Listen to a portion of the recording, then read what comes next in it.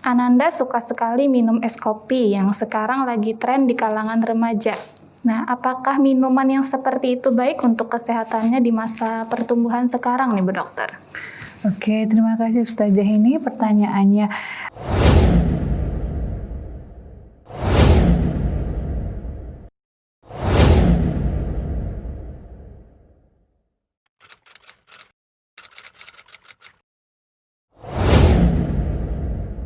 Assalamualaikum warahmatullahi wabarakatuh. Apa kabar ayah bunda? Semoga selalu dalam keadaan sehat dan tetap menjaga protokol kesehatan terlebih di era pandemi ini.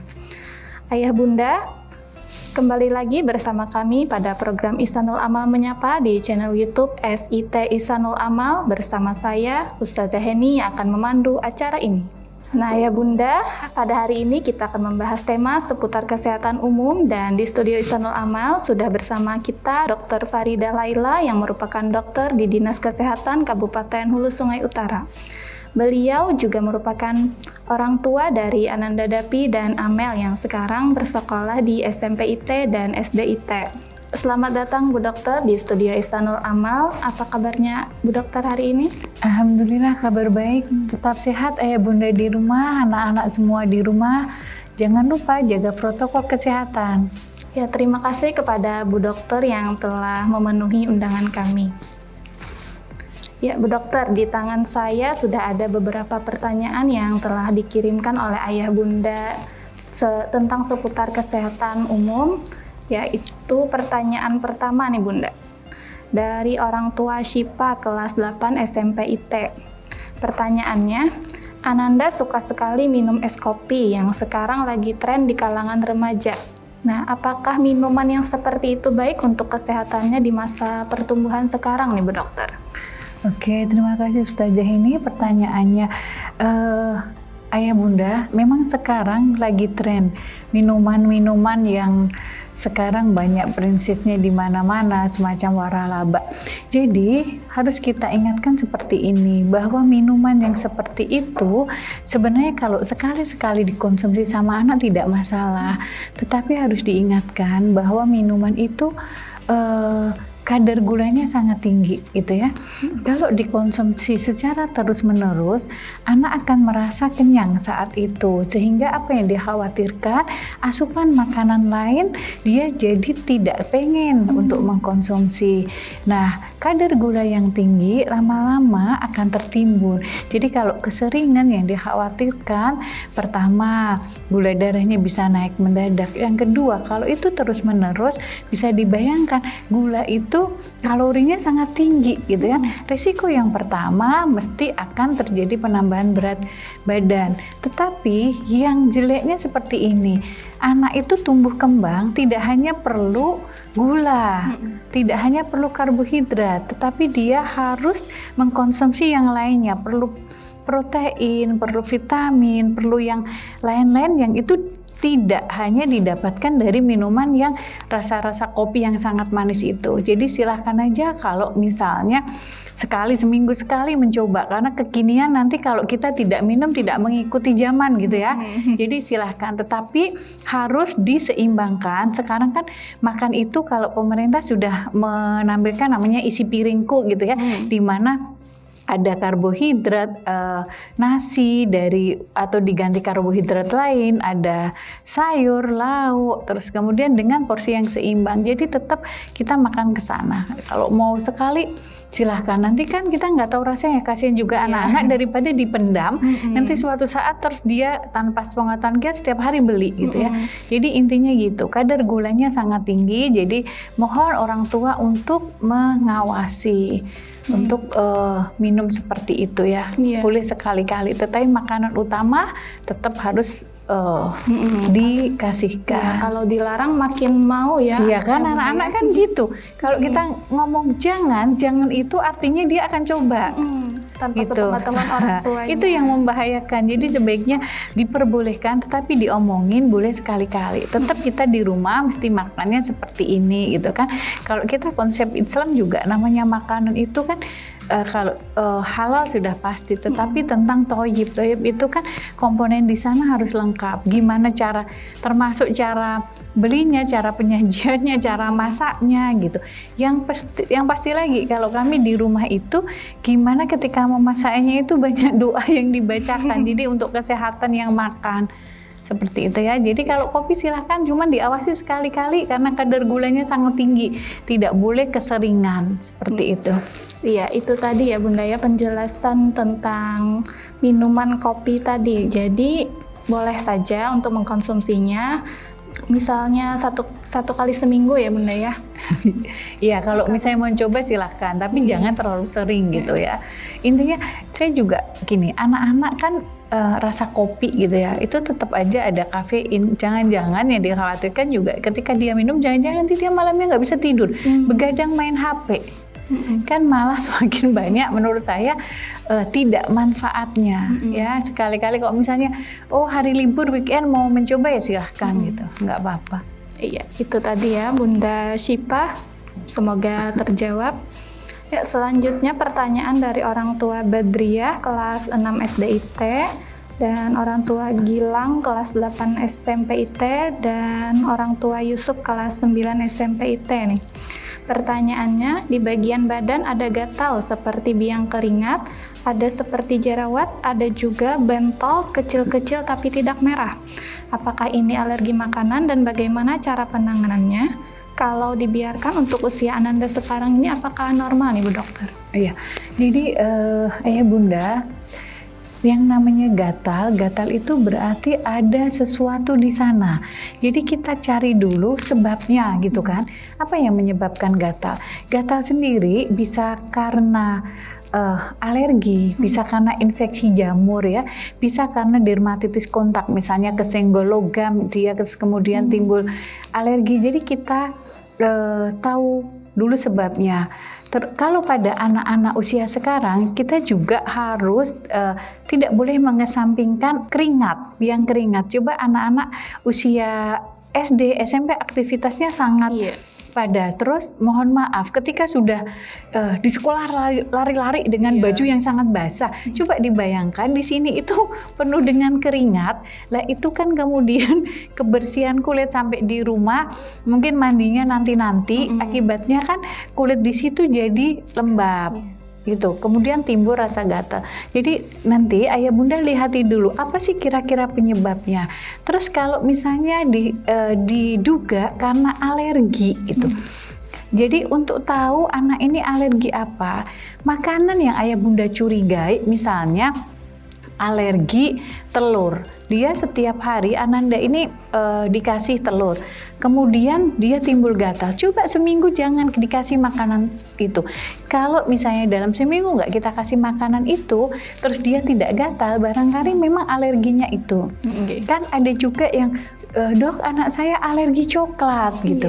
Kalau coklat itu biasanya coklatnya sendiri kan dari bahan tanaman yang biasanya jarang sekali menyebabkan alergi. Tetapi ayah bunda bisa melihat yang menjadi pencampur dari coklat itu. Biasanya coklat kan dicampur dengan susu, dicampur dengan gula atau zat pewarna yang lainnya untuk menimbulkan itu.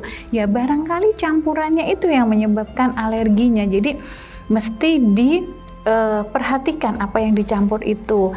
Kalau misalnya nanti terus kalau di sekolah jajan gimana? Yang pertama anak sekolah SD SMP itu mereka anak-anak yang sudah besar yang bisa diomongin gitu kan. Nanti tolong jangan makan ini kalau itu menyebabkan gatal. Atau misalnya kalau dikasih snack di sekolah gimana? Ya ngomonglah sama ustazahnya, ngomong sama pengelola cateringnya.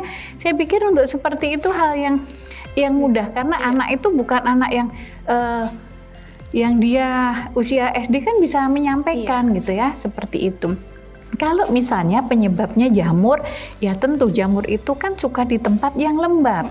Jadi usahakan habis aktivitas yang berkeringat mandi, pakai baju yang nyaman. Jadi untuk menghindari jamur ya. Kalau misalnya sudah mandi terus dikeringkan nggak sembuh ya mungkin harus konsultasi ke dokter. Apakah memang perlu obat anti jamur? Kalau dermatitis apakah memang perlu steroid, perlu salep seperti itu ya. Tapi yang intinya ketika gatal usahakan jangan digaruk, karena proses penggarukan itu kemudian menimbulkan infeksi yang nanti jadi merah-merah, jadi kemana-mana gitu ya. Kalau cuman itu aja nggak apa-apa, terus bentol-bentol bernanah, ada infeksi sampingan, akhirnya bakteri masuk. Seperti itu yang sebenarnya dikhawatirkan. Terus ada juga sekarang ketika musim panas seperti ini, kulit menjadi kering. Nah, kulit yang kering itu juga berisiko untuk gatal. Itu salah satunya ya gampang aja. Sebelum terjadi kulit kering, olesi dengan lotion kan, jadi dia kelembapannya tetap terjaga. Ya, jadi ayah bunda kalau anaknya gatal-gatal, kenali dulu penyebabnya apa, baru dilakukan tindakan untuk mengatasinya. Ya, usahakan tangan anak, kukunya dilihat.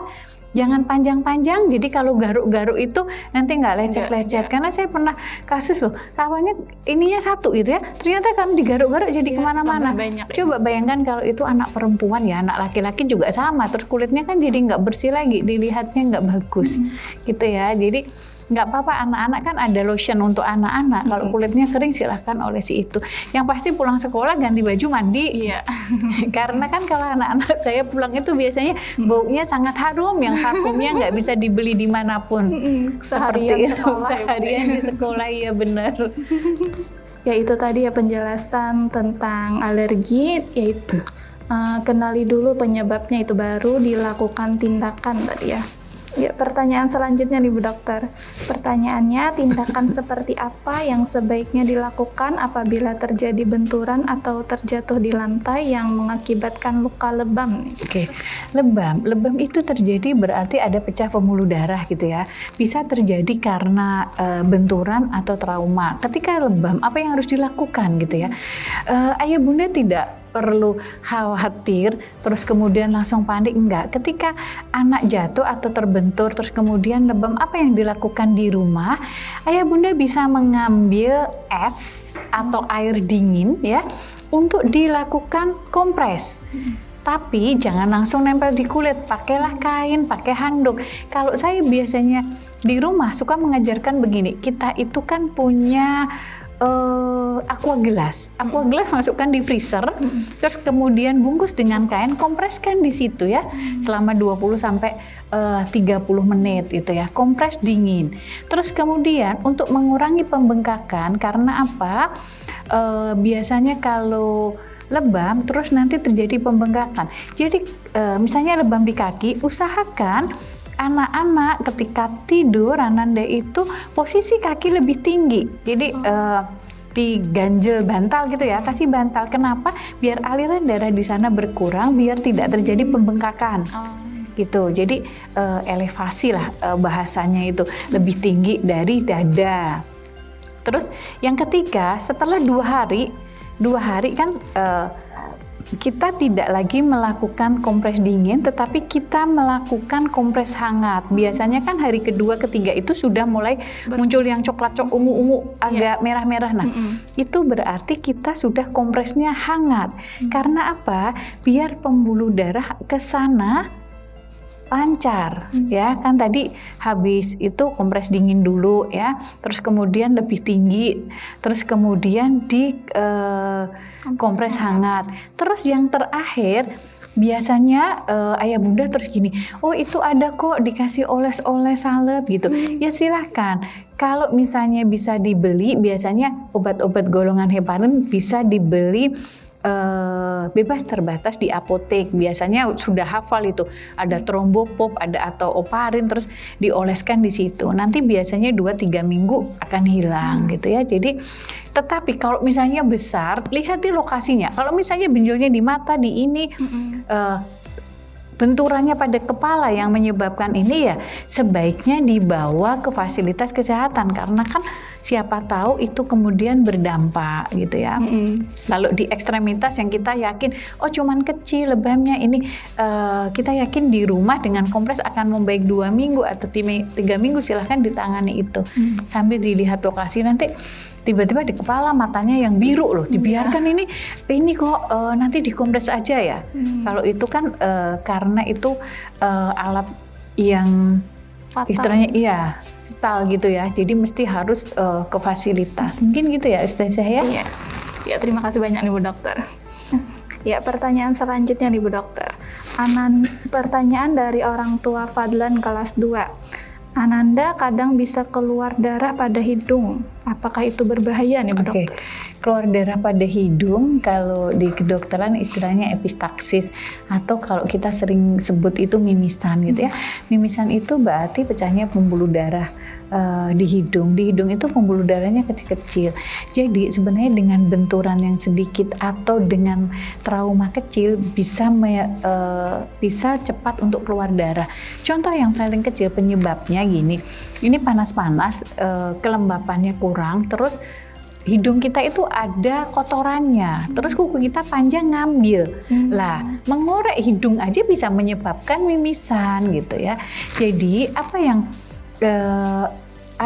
apakah berbahaya? Sebenarnya kalau kita tahu penyebabnya benturan atau karena dikorek hidungnya, ya tidak berbahaya gitu ya. Terus nanti kalau anak mimisan apa yang dilakukan? Biasanya ayah bunda, kesalahan ayah bunda itu seperti ini. Ketika anak-anak mimisan itu penanganannya anak-anak disuruh begini kan, dengak gitu. Kenapa? Biar tertelan gitu kan? Ya, itu tolong jangan seperti itu. Ketika anak-anak mimisan apa? Dia suruh duduk seperti ini, mukanya ke depan. Jadi, darah itu akan menetes ke sini. Kalau dia tengada begini, akibatnya akan tertelan. Itu kan akan menimbulkan refleks batuk, refleks muntah. Terus diapain? Hidung yang keluar darah ya ditekan sekitar 10-15 menit. Selama masih menekan hidung berarti nafasnya lewat mulut, jangan nggak bernafas. Jangan lupa bernafas gitu kan. Jadi dihitung. Terus sambil apa? Biar cepat dikompres air dingin. Air dingin. Seperti itu penanganannya. Ya, jadi kadang-kadang langsung mengambil tisu disumpat. Enggak, coba begini dulu, terus kemudian tekan hidung ya, tekan hidung, nafasnya lewat mulut. Tapi ini posisinya mukanya badan condong ke depan, bukan mendengak gitu ya. Kalau mendengak nanti ketelan. Terus ujungnya nanti kompres pakai air dingin. Insya Allah sudah ini. Terus ada lagi, dok itu disumpal pakai sirih, pakai itu nggak usah deh yang kayak gitu ya. Cukup tekan 10-15 menit, selama ditekan bernafas lewat mulut, terus kemudian kompres dengan air dingin seperti itu. Sangat lengkap ya tadi penjelasan dari Ibu Dokter bagaimana cara penanganan mimisan. Pertanyaan selanjutnya di Bu Dokter dari orang tua Algipari kelas 2. Bagaimana pencegahan penyakit asma? Asma itu ada infeksi di saluran nafas, kemudian timbul sesak gitu ya. Jadi penyebab paling banyak asma itu karena ada substansi yang menyebabkan alergi yang biasa kita sebut alergen gitu ya. Nah, alergennya itu dari mana sumbernya? Nah, ini ayah bunda yang harus mengenali, karena alergen itu bisa dari debu, bisa dari bulu, bisa dari makanan, seperti itu. Jadi, kalau misalnya tadi pencegahannya seperti apa gitu ya? Untuk mencegah berarti apa? Kita harus melakukan pencegahan biar alergi itu nggak sampai ke anak. Misalnya dia alerginya debu. Debu berarti di rumah bunda ngepelnya rumahnya jangan disapu, berarti harus langsung dipel biar debunya nggak kemana-mana. Kalau misalnya alerginya karena kapas atau karena itu, ya berarti bantalnya, kasurnya nggak boleh dari kapas, diganti yang dakron atau seperti itu. Kalau karena makanan, dikenali juga makanan apa yang bisa menyebabkan alergi. Jadi intinya asma itu hindarilah faktor pencetusnya. Ya, saya pikir ayah bunda kan mengenal Ananda. Jadi apa yang menyebabkan dia kumat itu dihindari, seperti itu. Kalau untuk asma, alergennya dihindari gitu ya. Yang penting faktor pencetus, jangan. Kalau misalnya ada debu berarti jangan main debu, seperti itu. Kalau makan ini ya jangan makan kalau kumat. Terus juga perlu diingat, memang kalau misalnya anak itu sudah dengan sering sesak, terus kemudian saatnya juga harus dikunjungi dokter. Siapa tahu perlu pemeriksaan lebih lanjut. Apalagi sekarang musim COVID ya, sesak sedikit nanti jangan-jangan kena COVID. Seperti itu. Jadi intinya tadi ya Bu Dokter, hindari penyebabnya. Iya, hindari faktor pencetusnya ya. Kalau alergen, hindari alergennya apa, seperti itu. Iya, lanjut nih pertanyaan selanjutnya Bunda dari orang tua Tiara kelas 7 SMP IT. Pertanyaannya, kaki atau sendi-sendi sering sakit atau nyeri? Saat kaki dipegang, kaki yang nyeri itu dingin. Selain di kaki, juga kadang muncul di sendi tangan. Itu terjadi setelah melakukan aktivitas yang terlalu aktif atau pada saat cuaca dingin atau hujan, atau datang tanpa diketahui sebabnya, dan ini terjadi kadang-kadang saja. Nah, kira-kira itu penyakit apa nih Bu Dokter? Ya, ini orang tuanya atau anaknya ya yang sakit ini ya? Kayaknya anaknya. Anaknya. Sebenarnya kalau lihat nyeri sendi itu pertama, kalau pada anak-anak biasanya karena aktivitas yang berlebihan, otomatis apa? Ada tarikan terhadap tendon atau ligamen di sendi-sendi gini ya. Jadi biasanya anak-anak ini kan over ya, pas olahraga bahas dia terlalu aktivitas yang dikhawatirkan. Kadang-kadang ustadz atau yang pengajar olahraganya itu sudah minta untuk melakukan stretching atau pemanasan, tapi anak-anak itu langsung kan biasanya seperti itu. Nah, karena aktivitas yang terlalu berlebihan itu bisa menyebabkan peregangan yang terlalu pada ligamen sendi. Terus kemudian yang kedua hubungannya sama suhu gitu ya. Kalau cuaca dingin kenapa? Nah, sekarang kalau cuaca dingin otomatis ada namanya tekanan di dalam tubuh ya, namanya barometric pressure. Nah, karena di sini itu karena dingin dia lebih mengembang. Coba bayangkan kalau ini lebih mengembang, misalnya segini, di dalamnya mengembang, otomatis sesak kan? Ya, kalau sesak itulah yang timbul nyeri gitu.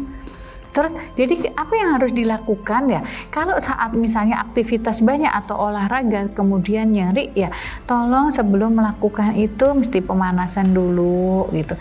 Terus kalau misalnya cuaca ya pakai baju hangat, atau kalau kita itu memang bener dikasai gitu ya, dioles-oles dengan sesuatu yang hangat untuk mengurangi.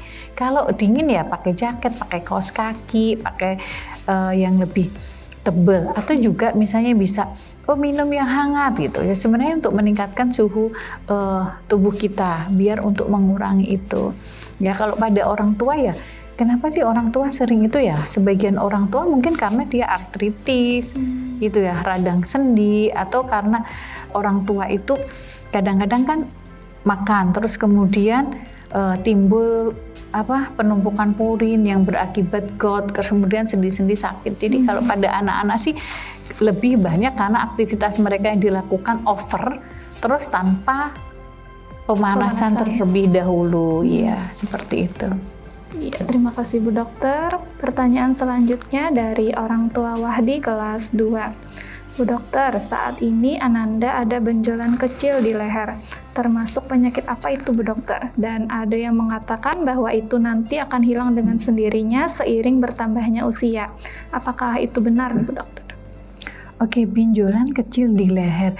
Kalau kita ngomong benjolan kecil di leher, sebenarnya kalau pertanyaan ini nggak jelas karena benjolan di leher itu banyak. Yang pertama furunkel. Mungkin Ustazah pernah melihat kok ada jerawat sih yang di sini yang kayak beranak kecil, itu furunkel ya. Artinya ada infeksi di folikel rambut. Biasanya rambut kecabut atau terus kemudian infeksi itu bisa. Itu kan di leher juga, leher belakang. Terus yang kedua bisa juga lipom. Lipom itu isinya jaringan lemak. Nah, yaitu itu ya mesti diambil kan, mesti dilakukan operasi. Bisa juga hubungannya dengan pembesaran kelenjar limfo. Jadi kalau benjolan di leher itu kan bisa di mana-mana ya. Kalau kelenjar limfo ya mesti dia letaknya di sini kan ada garis ya, dipegang di sini. Kalau isinya membesar pas sebagian leher berarti itu memang kelenjar limfo. Nah, kalau kita curiga itu pembesaran kelenjar limfo, berarti tolong dilihat. Limfo itu kan untuk pertahanan.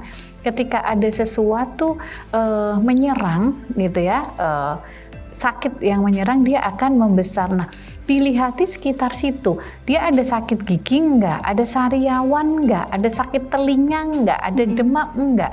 Jadi nanti ayah bunda lihati keluhan-keluhan Ananda di sekitar situ. Kalau memangnya iya, biasanya nanti kelenjar limfo memang akan membesar.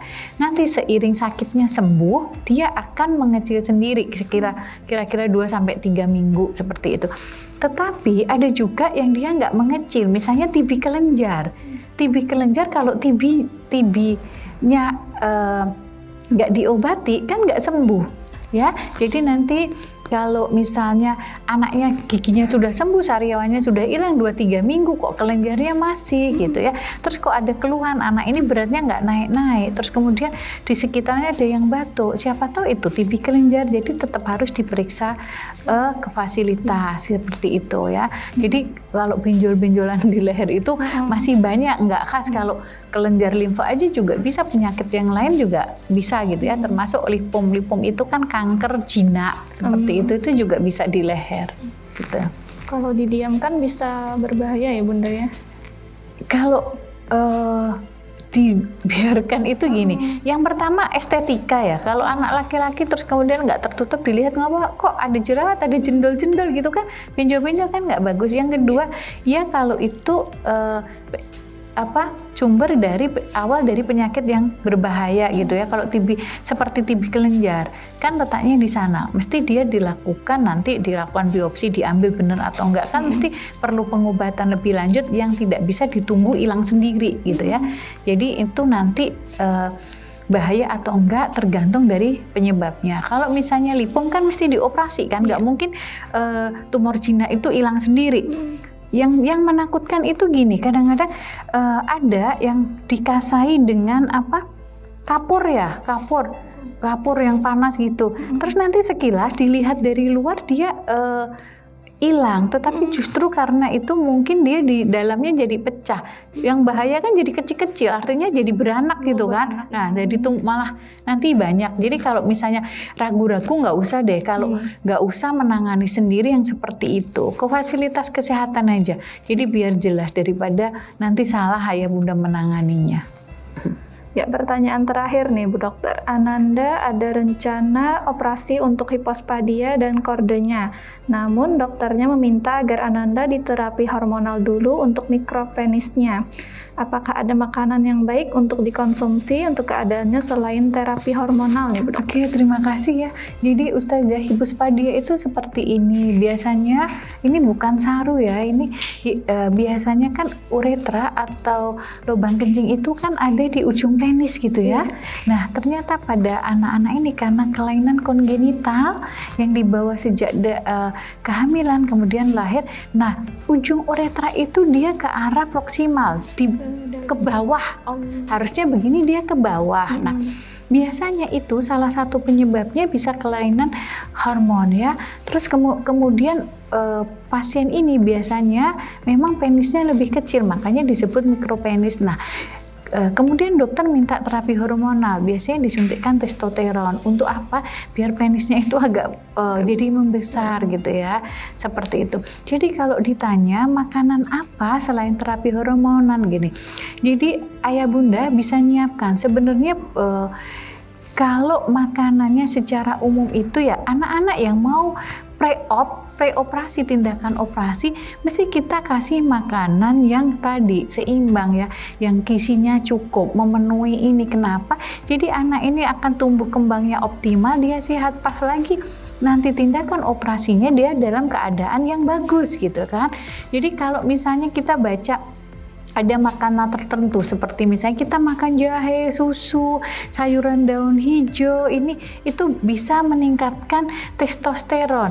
Nah, itu yang saat ini perlu lagi nanti kita konsulkan sama ahli-ahli pengobatan yang tradisional, bener nggak sih herbal ini Terus kalau misalnya iya berapa yang dikonsumsi, yang itu yang sampai saat ini saya belum memahami seperti itu. Jadi kalau sebaiknya ya makanlah yang bagus dalam arti gizi seimbang untuk memenuhi sekira anak ini ketika operasi terus kemudian dia dalam keadaan sehat sehingga apa operasinya berjalan lancar hasilnya jadi bagus gitu kan. Jadi ya silahkan diberi makanan yang dengan isi piringku dengan gizi yang seimbang seperti itu ya, yang memenuhi semuanya dari karbohidrat, vitamin, mineral, terus kemudian protein seperti itu. Jadi intinya makanlah yang lengkap semuanya dari sumber apapun. Gitu aja Ustazah Heni ya. Iya. Ya, terima kasih banyak Bu Dokter telah menjawabkan pertanyaan-pertanyaan dari Ayah Bunda yang sudah masuk ke kami. Nah, sebelum ditutup nih Bunda, apakah ada yang mau ditambahkan? Ayah, di era pandemi ini Ayah Bunda saya ingatkan bahwa anak-anak termasuk salah satu yang beresiko karena seperti kita ketahui bahwa COVID ini airborne disease ya. Jadi kalau di rumah anak-anak bermain jangan lupa 3M gitu ya. Selalu diingatkan untuk memakai masker, mencuci tangan dan menjaga jarak. Karena kalau tidak diingatkan anak-anak kan suka berbaur karena kita tidak tahu saat ini yang menderita itu siapa gitu ya. Jadi tetapi yang pasti sebelum menyuruh anak saya ingatkan ayah bunda untuk melakukan 3M juga gitu. Jangan sampai kita nyuruh anaknya kita enggak. Itu kan sambil ngobrol lepas masker sambil merokok gitu. Waduh gitu ya, kasihan anak-anak. Artinya apa? Kita kasih contoh sebagai orang tua sekira anak-anak itu bisa melihat perilaku kita seperti itu. Iya, terima kasih banyak nih Bu Dokter. Ya, tidak terasa waktu telah berlalu dan acara Ihsanul Amal Menyapa ini juga harus kita akhiri. Insya Allah akan ada sesi menarik lainnya yang akan ditayangkan pada acara Ihsanul Amal Menyapa.